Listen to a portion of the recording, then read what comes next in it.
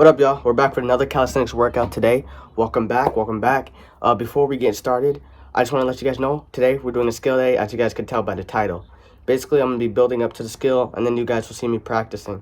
This is also a way that you guys can see how you can make your own, which I'll be posting a video about later, so make sure you guys stay tuned for that. But before we get into it, make sure you guys like, subscribe, turn on notifications and stuff like that so I can post more workouts. And without further ado, we're going to do the warm-up and get started with the workout. Alright guys, as I said, just to show a little warm-up, only like 10 seconds of it.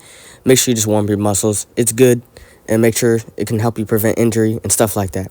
Just a good thing to do, and I hope you guys are doing that. If not, add it into your routine.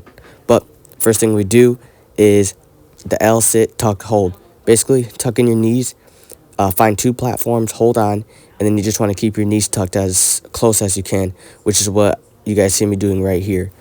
Basically, for any calisthenic skill day, you just want to do moves up until you get to that skill. Next thing I do is the same thing, but bring my knees all the way down, then tuck and push as high as I can, basically. Push as high as I can. And this is called the L-sit, tuck, swing, or something like that. So add this into your routine if you guys are training for the L-sit as well. Definitely recommend this. I usually do this for about 3 sets of 12 to 15. I usually keep it around that range, and I recommend that for you guys as well. But the next thing I do, guys, is the L-sit, tuck, kick.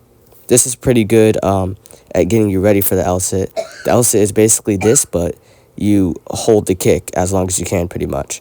But anyway, I usually do this for about 3 sets as 12 to 15 as well, and pretty much just trying to get my legs as high as I can. I don't have the strongest hip flexors, which is why I'm training them and trying to get them stronger, as you guys can see. But I definitely recommend this one. This is a really good one for getting you ready for it, because it's almost the exact thing. But next thing I get into, guys, is pretty much the same thing, but with one leg, and I do it on a different surface. Pretty much, find 2 surfaces, kick one leg out, hold it for a little bit, and then switch. As you guys can see, look, my legs are not going as high as I can because I'm just not able to do that quite yet, which is why I'm training, so I can master it eventually. But if you guys can go higher, good. Keep on going. But basically, you just want to do 3 sets of 20 or 15 or something like that. And then next up, guys, is the L-sit itself. But I do it on a little elevated platform because it's easier.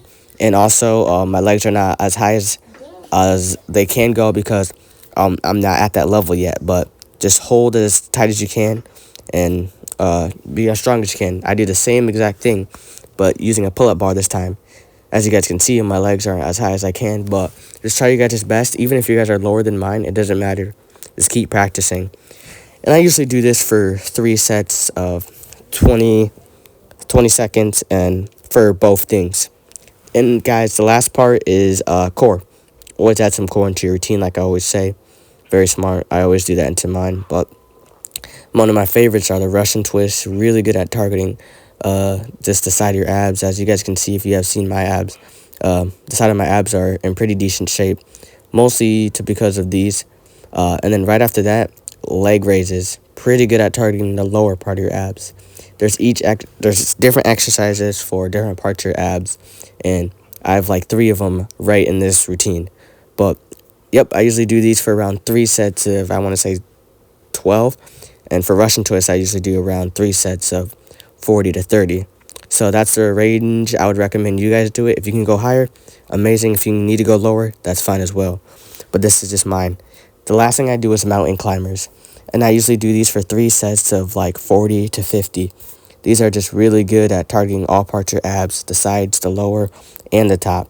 So pretty much you want to get your knee as close as it can to your elbow and just push as hard as you can. But this is pretty much the last part of my routine. I'll see you guys in the next workout. Stay blessed and subscribe.